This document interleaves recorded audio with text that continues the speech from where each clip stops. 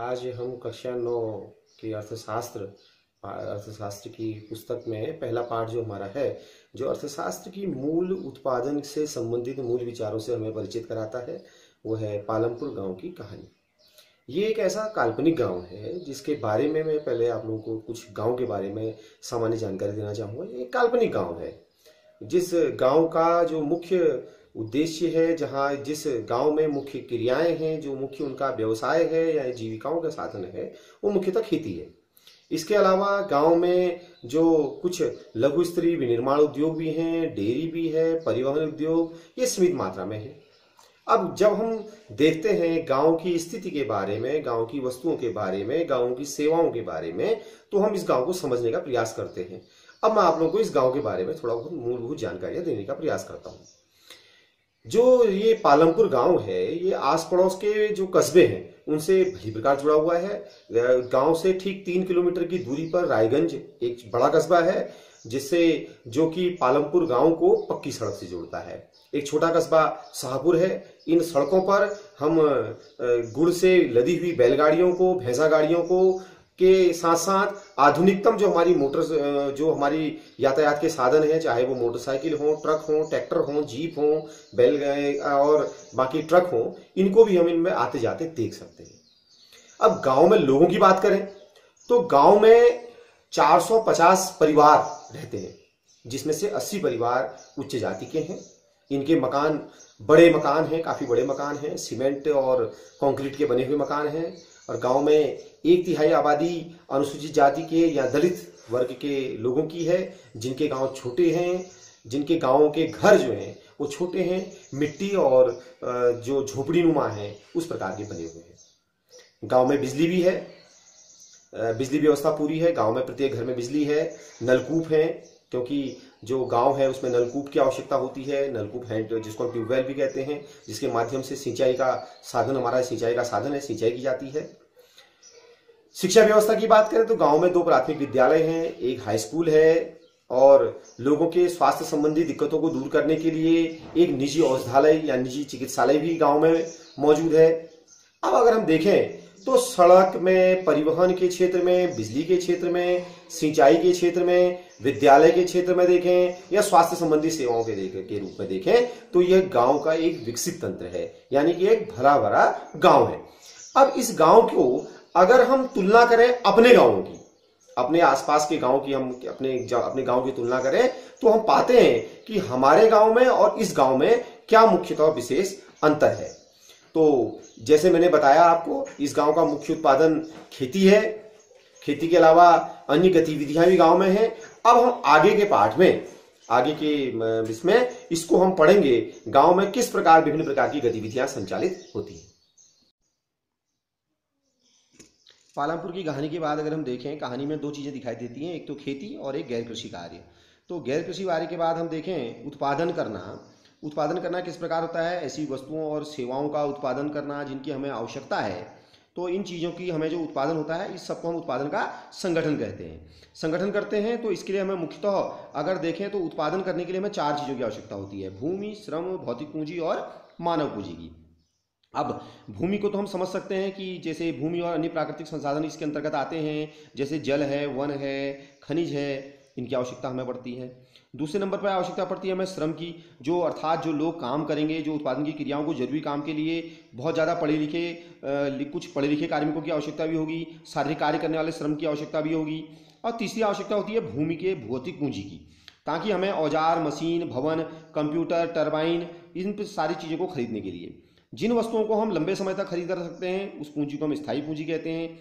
इसके अलावा कच्चे माल के लिए जिन भूमि की आवश्यकता पड़ती है उसको हम कार्यशील पूंजी कहते हैं। चौथी आवश्यकता पड़ती है हमें मानव पूंजी की। कुछ लोग इसमें काम कर रहे होंगे, भूमि का उत्पादन कर रहे होंगे, श्रम पूंजी कर रहे होंगे, इसको हम मानव पूंजी कहते हैं। इस प्रकार उत्पादन, भूमि, श्रम और पूंजी को जब संयोजित करके संगठित करते हैं तो इसको हम उत्पादन का कारक कहते हैं। अब पालमपुर की खेती को हम अगर देखें तो इसको हम 7 हमारे चरण हैं। इन चरणों में अगर हम देखें किस प्रकार हम भूमि बांटते हैं, हमने पहले ही कहा था कि भूमि जो है एक स्थिर रहने वाली वस्तु है। पालमपुर में खेती को उत्पादन की मुख्य क्रिया है।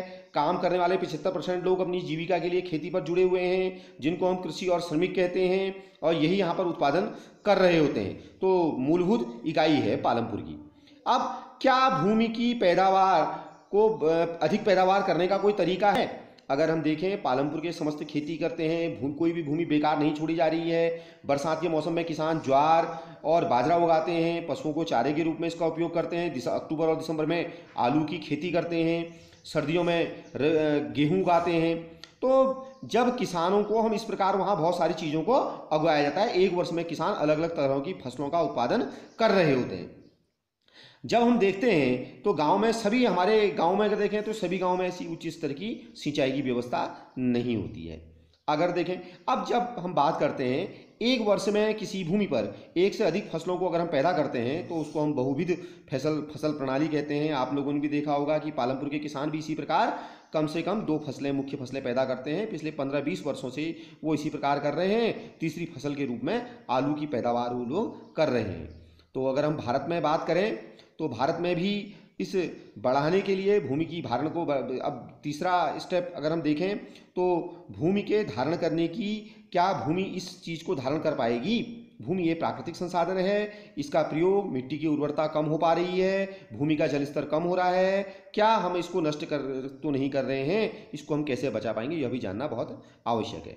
अब यहाँ पर थोड़ा सा हरित क्रांति के बारे में आप लोगों को बताना चाहूँगा। 1960 के दशक में अंत में एक हरित क्रांति ने भारतीय किसानों को अधिक उपज वाले बीज, जिनको हम HYV बीज भी कहते हैं, गेहूं और चावल की खेती करने के परंपरागत तरीकों को छोड़कर कुछ नए पौधे दिए, जिससे एक पौधे से ज़्यादा मात्रा में हमें उत्पादन प्राप्त होता है। तो ये हरित क्रांति भी इसी गाँव में, हरित क्रांति को भी गाँव में अपनाया गया। तो अगर हम इसके बाद अब अगर हम देखें तो पालमपुर के गांव में जो भूमि है किसानों के मध्य में किस प्रकार वितरित है। मैंने बताया था आप लोगों को कि पालमपुर में 450 परिवार हैं। इन 450 परिवारों में भूमि का वितरण जो है समान रूप से नहीं है। यहाँ पहले प्रारंभ में कुछ भूमि असिंचित थी और यहाँ पर धीरे धीरे कई सारे प्लॉट थे। छोटे और मझोले किसान हैं। 60 परिवार ऐसे हैं जिनके पास 2 हेक्टेयर से कम भूमि है। कुछ किसानों के पास 10 हेक्टेयर या उससे अधिक भूमि है। तो इस प्रकार भी हम देख सकते हैं यहाँ पर भूमि का वितरण असमान है। अब ये किसान देख सकते हैं, यहाँ पर हमें अलग अलग प्रकार के किसान दिखाई दे रहे हैं। कुछ बैलों के माध्यम से खेती कर रहे हैं तो कुछ इसमें खेती के आधुनिकतम तरीकों को अपना रहे हैं। तो हर किसान अपनी अपनी ज़रूरत के हिसाब से अपनी अपनी भूमि की व्यवस्था, जिस प्रकार की भूमि होगी उस प्रकार की व्यवस्थाएं उसमें करता है। अब इसके पश्चात हम देखते हैं, भूमि के पश्चात आता है श्रम का बहुत महत्वपूर्ण दूसरा कारक है कि खेती के लिए बहुत ज़्यादा हमें परिश्रम की आवश्यकता पड़ती है। यह परिश्रम कौन करेगा? किसान अपने परिवारों और अपने किसान स्वयं और परिवारों के साथ खेती में काम करते हैं, श्रम की व्यवस्था करते हैं। मझोले और बड़े किसान खेतों में काम करने के लिए दूसरे श्रमिकों को किराए पर लाने का काम करते हैं। अब खेतों के लिए आवश्यक पूंजी कहाँ से आएगी? अधिकांशतः छोटे किसान जो होते हैं पूंजी की व्यवस्था करने के लिए पैसा उधार लेते हैं। बड़े किसान गांव के साहूकारों से पैसा लेते हैं कर्ज चुकाने के लिए। छोटे किसान के विपरीत जो मझोले और बड़े किसान होते हैं उनको खेती से बचत होती है, वे आवश्यक पूंजी की व्यवस्था कर लेते हैं और इन किसानों को बचत के रूप में देते हैं। अब हमने देखा कि 3 चीज़ें इसमें हो रहे हैं खेती की आवश्यक पूंजी को जुटाने के लिए। अब आप लोग प्रयास करेंगे, आप लोग जानने का प्रयास करें कि हम लोग खेती के लिए आवश्यक पूंजी कहाँ से जुटाते हैं। जब किसानों के पास संपूर्ण खेती हो जाती है, उत्पादन हो जाता है, तो उसके पश्चात मान लीजिए किसान ने तीनों कारकों का प्रयोग किया, बहुत अच्छा गेहूं पैदा कर लिया, गेहूं की कटाई जारी की, तो किसान उस गेहूं का क्या करेगा? तो परिवार के उपयोग क्या करते हैं, परिवार को रखते हैं, परिवार के उपयोग के लिए जितना गेहूं चाहिए उसको रख लेते हैं और अधिशम की गेहूं को बाजार में बेच देते हैं। तो उसी प्रकार सारे गांव के किसान उसी प्रकार की गतिविधियों को संपूर्ण कर रहे होते हैं। तो ये था हमारा इस पाठ से संबंधित आधा भाग। अब इसको बाकी को हम पढ़ेंगे तो कुछ महत्वपूर्ण प्रश्न इसमें आ रहे हैं।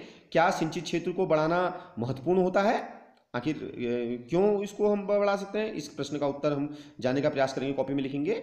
और एक ही भूमि पर उत्पादन बढ़ाने के अलग अलग तरीके कौन कौन से होते हैं, इसको भी, इस प्रश्न का उत्तर भी हम अपनी कॉपी में लिखेंगे। आशा है। धन्यवाद।